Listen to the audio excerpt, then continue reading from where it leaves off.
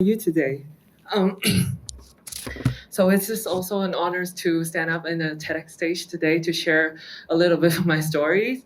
And I want to share a story about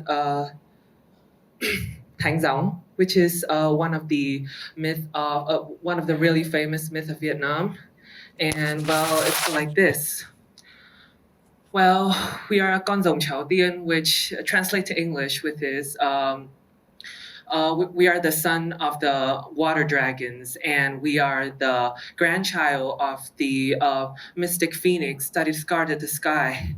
Our history books are really large and are really loud, like the Clash of Chong Dong Dong Sun, and the history page of us with the civil, with many of the dedicated limits of the civil wars and the for the civil wars and the fortunate case that many of us have been told by stories.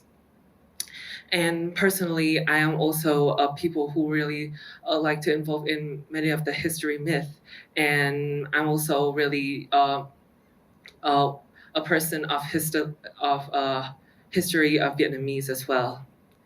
So, but however, I do believe that the story that I've learned and the lesson that I've learned in life are not really forged in the battles or haven't any forged in the stories about the myth uh, that I've learned, but it's a force in the rustle of bamboo, in the humid evening, and a scent of lotus tea of my grandmother when I sit with her at the rustle of bamboo at the evening of a charming dawns. I have heard many of the.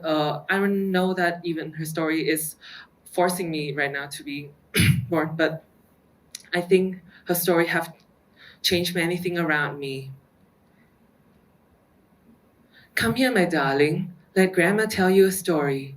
When I was a little kid, I have heard this speech like every day because, well, in the family, I think I'm closest to my grandma. I don't know that even the story she told, but I think that it seems to be the world around me. In Southeast Asian culture, many of us have been told to grow, and we have learned lessons from the stories of the elders. These stories have teach us to being a good citizens, to grow up others, and to be fascinated by others when we sing on the stage. And one of the famous stories that she have told me, which is the story of Tang Zhang. Well, it's go like this. It starts with a boy who really doesn't speak anything, or doesn't eat anything, or he just lay there in the bed and seems that baby haven't have a chance to grow up. However, when the country of Vietnam is in danger with the invaders, Tang Dong suddenly speaks and asks her mother to bring many of the equipment such as food and weapons for him to fight back the invaders. A moment later, he transformed into a giant, and then he, using the equipment that the kings have given to her, which is a horse, a bamboo sticks, and many of the rice that he eat. He transformed and he fight back the invaders. And yes, the war have eventually end, and the victory is safe from Vietnam. Well, I'm really fascinating about how Tang Dong could really save Vietnam and really like have a chance to dedicate it to what we could know the nationalism like that.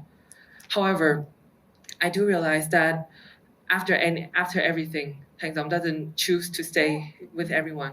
Tang Dong have choose to go up into the heaven and disappear forever. Well, as I saying, this is the story of as we as a kid, we have been teach. This is a story of heroism and patriotism. Well, it's really deep in me, but I do believe that if Tang Dong have to go into the sky, where would he go? And why don't he try choosing to stay with us?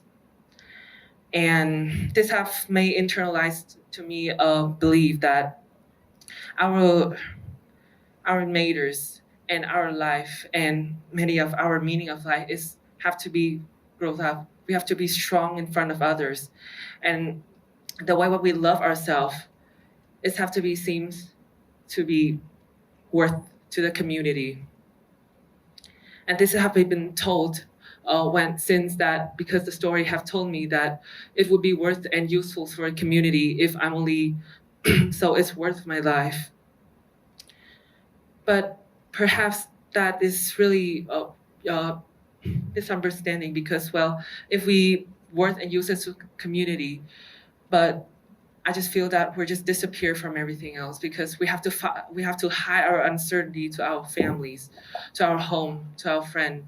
We have to look strong in front of them because we don't want them to look worry about us, and that is also what I thought that things I'm trying to taught to me, and yes, it's happened, and this realizations it's happened firstly in my home. Well, I'm actually a medical student right now, so it's really harsh for me. So because I have a lot of KPIs, a lot of deadlines, and a lot of work to do because there's many of the assignment and pictures for me to head. So every time I came home, it just like a time. I this period of time, I just consider home it's just a place to sleep.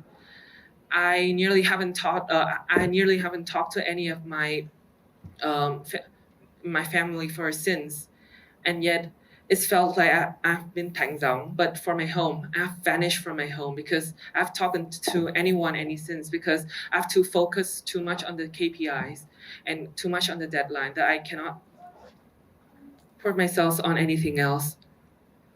And to prevent that, being a medical doctor is also worth to the community. I have to stay strong with them.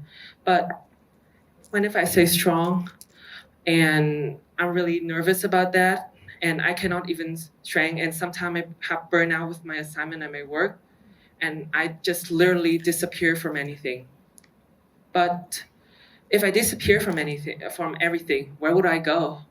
And I found it's really strangely that I vanish in a motorbike drivers. Well, in a Sunday afternoon, I have a work to go to the downtown, and I really need to. And I decided to book a motorbike driver to push me up fast because I don't have time to using the bus. Well, the ride is not really long; it's just about like 20 minutes. However, I do find out that in that really anonymous space because I don't know who the driver is, and the driver don't know me as well. The driver is actually really affable, and he's also talkative as well. And he started to chat with me. I found out that I don't have anything to lose, so I start chatting with him as well. Well, I and the story was really fascinating. It's not something really big and really enormous about being a driver, but it's about the story that they're going poor, that they growing up in that are growing up in a small ethnicity world, or maybe there's just a story a of a random university student who trying to make some money off being a drivers, and from that, I also share my story as well. I also talking about my fears, my burns out, my KPIs, and the thing that have to being tried, uh, that I have to going through being a medical student. The drive is not that long. It just that as I said, 20 minutes. But I start sharing my story. I found this really strange because well, the closest people that had in which is my family, I did not share with them anything. But in that anonymous space with the driver, I have shared many things. And then I realized that in that small space, I have talked about everything of my life. So it doesn't really have to be anyone. It's just that you need to share. I have confident enough to share with the anonymous people because the driver have nothing to expect from us. Our family are living with life long, so they have many expectations. But with a driver, they have nothing to expect from us. And our story, it's just one of their it's just of the winds that they're driving around. So, and the part of that I realized that every human life is worth being heard, even when it isn't useful, even when we're not being capable enough of doing anything, or even when we think that we haven't capable enough doing anything. Because if a drivers are continuously and ready to hear our story, why don't we tend to share it to everyone? And to share it with everyone. So in this speech today, I also want to give you a challenge. I would challenge you. I would dare you to tonight. You have to put your phone away. You have to put your KPIs, your deadline, maybe your homework, or maybe the test that's coming up tomorrow.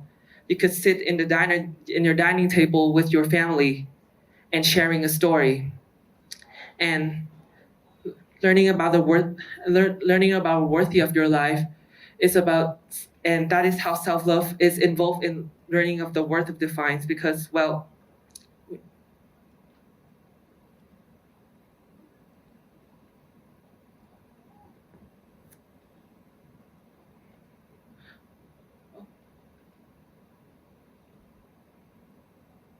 and that is how self-love is really refined.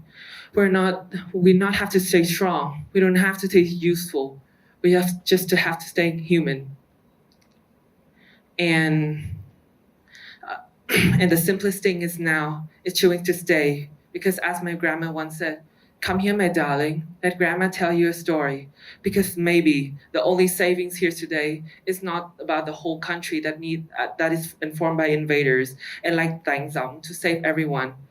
The saving all we have to do right now is simply choosing to stay. And that's my speech. Thank you everyone for listening.